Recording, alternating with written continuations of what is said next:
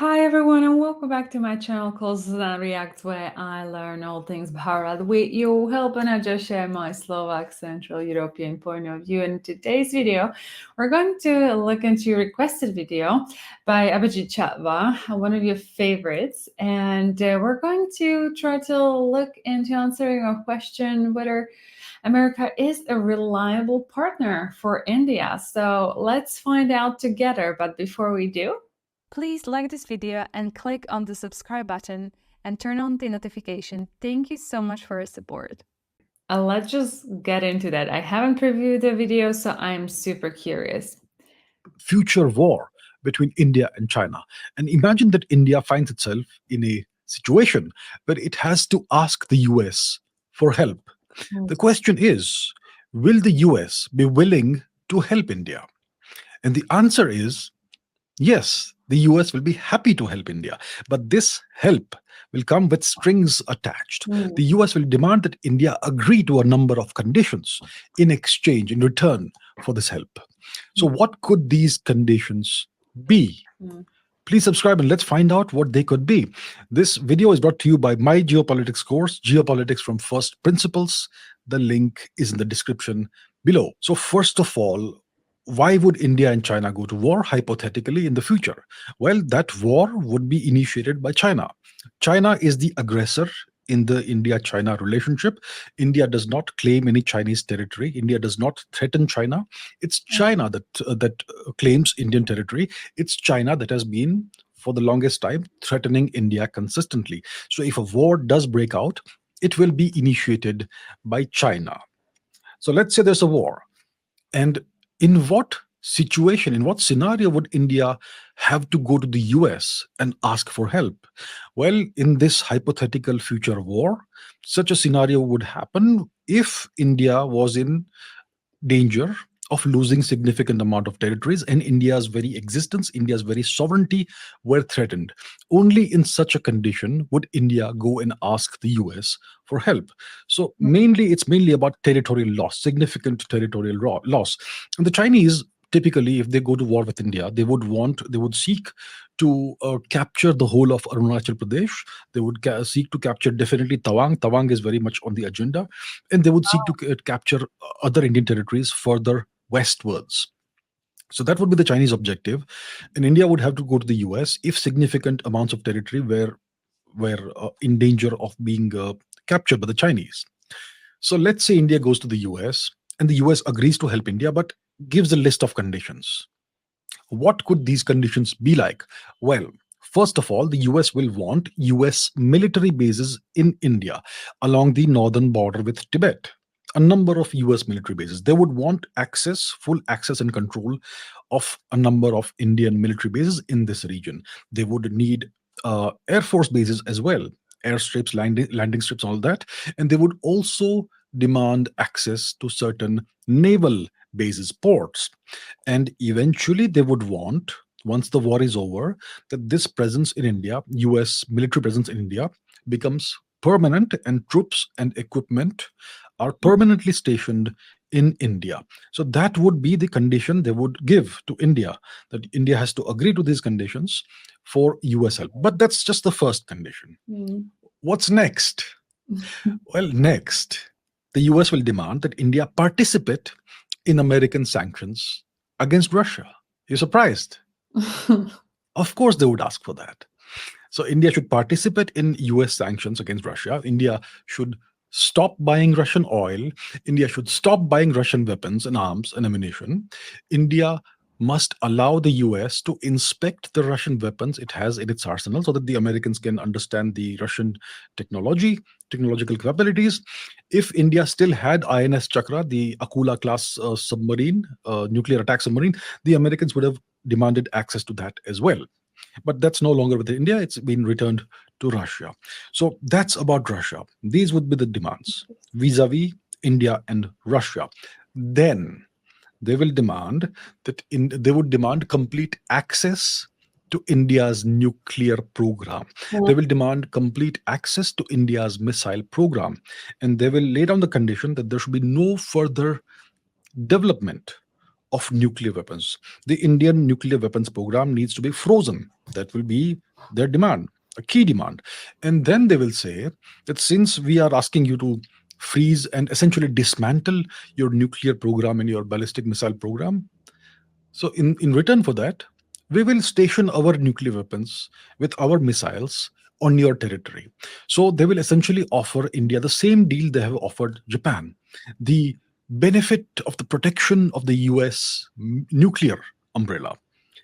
And Japan also benefits from this. And then the US will demand that India becomes an official, a formal US military ally so Mhm. that it can benefit from US protection, just like Japan does, just like Australia does, and so on. So India will have to become formally a US military ally, which comes with a whole Mm. host of conditions. There's a lot of fine print in that treaty. That's what India will have to agree to. Then they will talk about the Indian economy. They will demand that India opens up its economy and its market to the US, to US companies. They will want Like, unimpeded access to the Indian market. There should be no more trade and tariff barriers, which is kind of a sore point between the two nations right now. They will require that entirely US owned companies be allowed to open up in India. Right now, there are rules. mhm. If a foreign company wants to set up base in India, they need to have a joint venture with a local entity, and there's a cap on what percentage of the new company the foreign entity can own.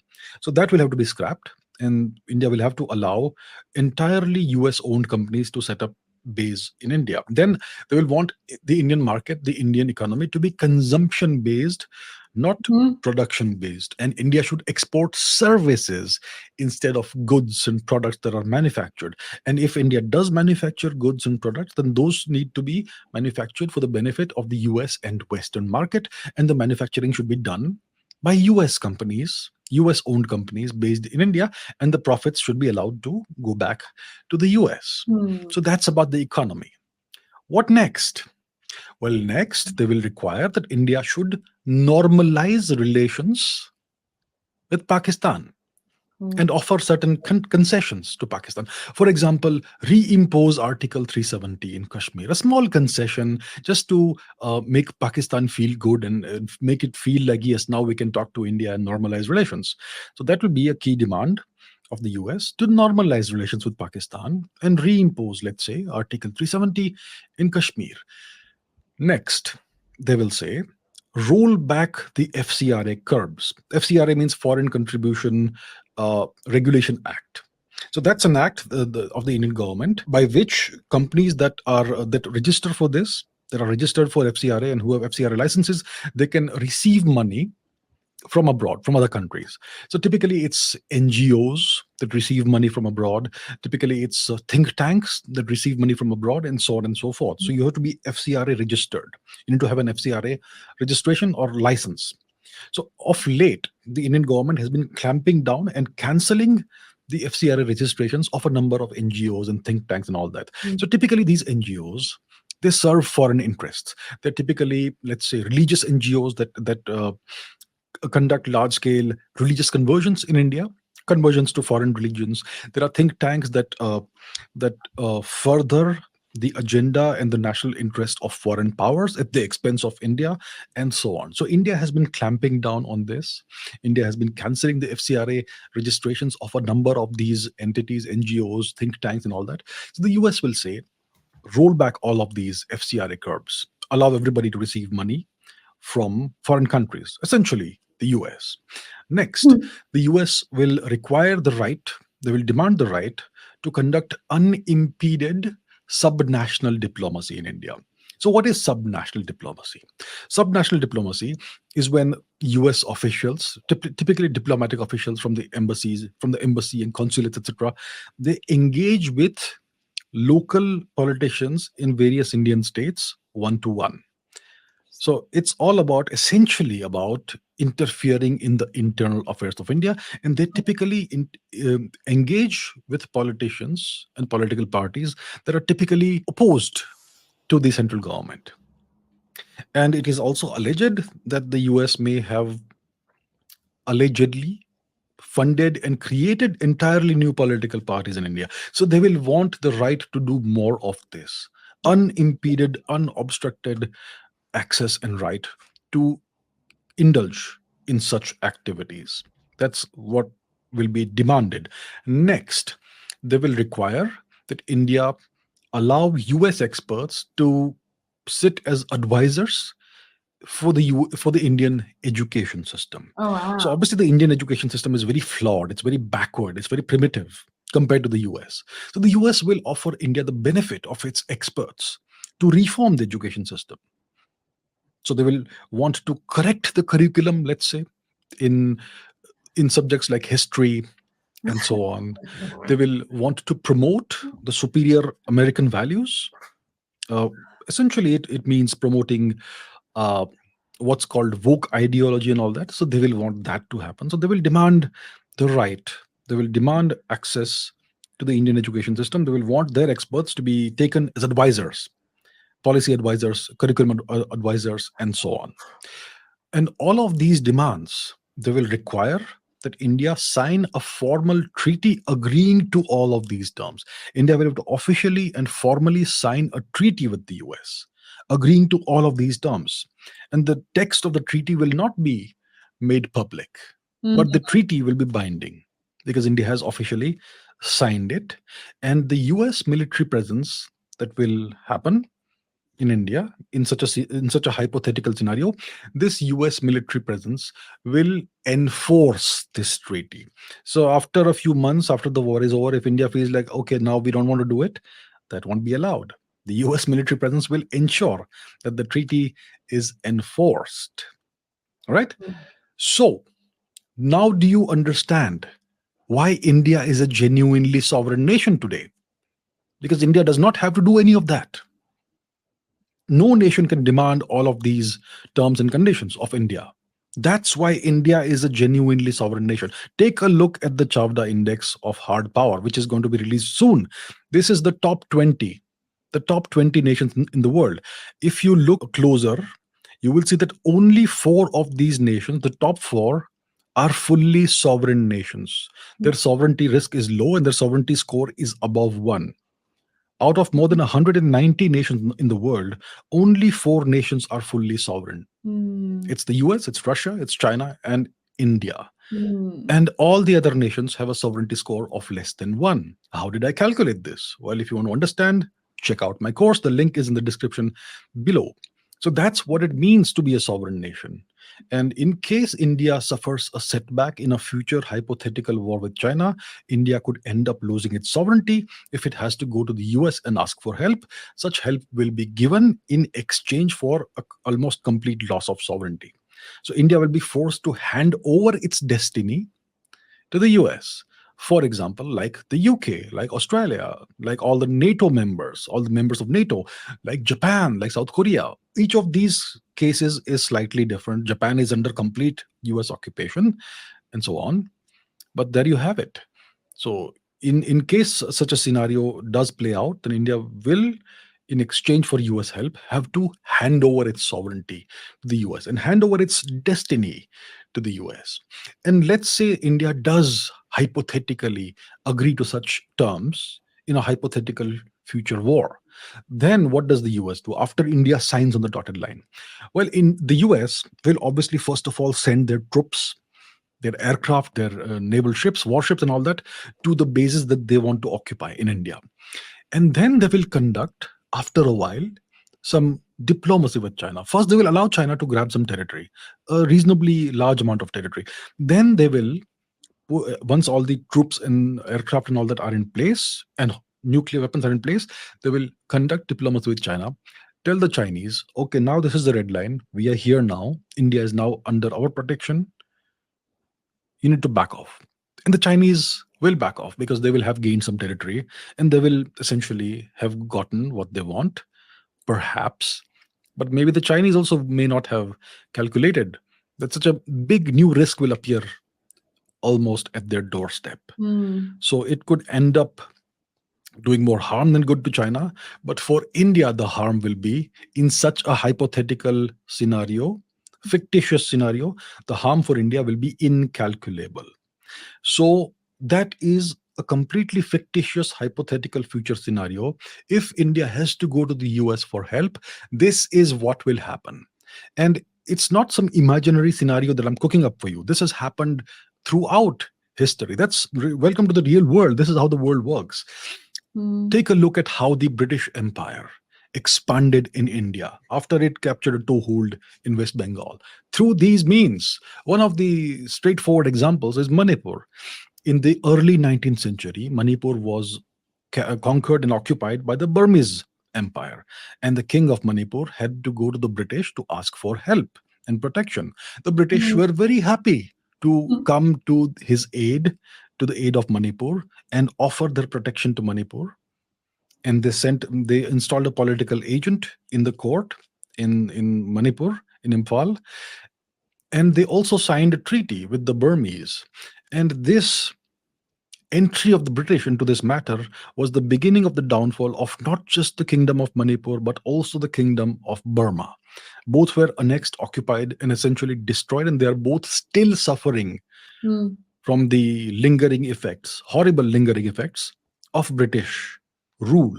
So that is what can happen. That is kind of the worst case scenario. So India has to ensure that such a scenario never comes to pass. India, I have already laid out 5 things India needs to do to ensure that China behaves and ensure that there is no war between India and China. One of the things is a nuclear deterrent, and we have a very good nuclear deterrent in India. I'll not go into the details of that, but India needs to do more. We always need to do more. So remember this: India has no friends. India has no military allies. India is entirely on its own, and that is what it means to be a sovereign, non-imperialist nation. You are entirely on your own. But that's how it should be if you want to be a sovereign nation. So that's the situation. Get used to it. And that's about it. So thank you for watching, and I'll see you in the next video. Okay, so I'm smiling because you say like that's how it's supposed to be. I do agree with pretty much everything that he had said. Really, like if you want to be sovereign in the true sense, you have to have certain things in place, and only a few countries in the world can right now afford that, which speaks to the world we live in, right? In my head, whenever I listen to these things, it brings me back to humanity and like the kind of why is there always a need to conquer another nation, to take an advantage of people? It just feels like we're so highly unevolved, and I would really hope that India could lead the way with the spiritual roots that they're there. It's just mind-boggling why, but I guess we're still very, very, as a humanity, we are a very unevolved species that we need to grab other people's territory. Like whatever he was enumerating about the US, I was like thinking, yeah, I'm sure. I can see them asking all of these things. Look, like we now have American base. Basically, our previous government allowed that on our soil, where no one has access. No one knows what they're doing there. No one knows what they're. It's incredible. It's incredible. It was a huge protest against that in Slovakia, but we had a government a year or two ago that, well, not a year ago, but I think that has happened in like a year or two ago when we agreed to that. So you just get the protection. And for example, when you're like small country like Slovakia, which is just what a ridiculous 5 million people, you don't have a choice, right? Like you will always be under the protector, and whatever things go behind the closed door, we will never know, we will never discover. So I'm rooting for you guys to keep fighting, keep being sovereign. I think we need a power like that because clearly those that are at the top, the root of the humanity there is perhaps not that positive. Ruling from the force and destroying other nations for exploitations of the benefits. I guess this always has worked this way. The world is just so sad, right? To me, in my head, I'm always thinking like, how can we, as a humanity, change on a human level? Or what can we do to be to be more human. But I guess we have different life philosophies, and that's just also part of life, right? Like everything is so varied. It was interesting. One point about the NGOs. We have thing here about NGOs. It's quite also famous for pushing agendas that are not popular about people. People are becoming very aware of what these organizations are doing and how they're financed. So it's very interesting that he had pointed this one out as well. And interesting. So I think I will conclude this video right here. Thank you so much for watching. I hope you find this interesting, and if you did, please give a thumbs up, show a like, and subscribe to this channel, and I'll see you in the next one. Until then, please do take care. I'm sending much love. Bye-bye.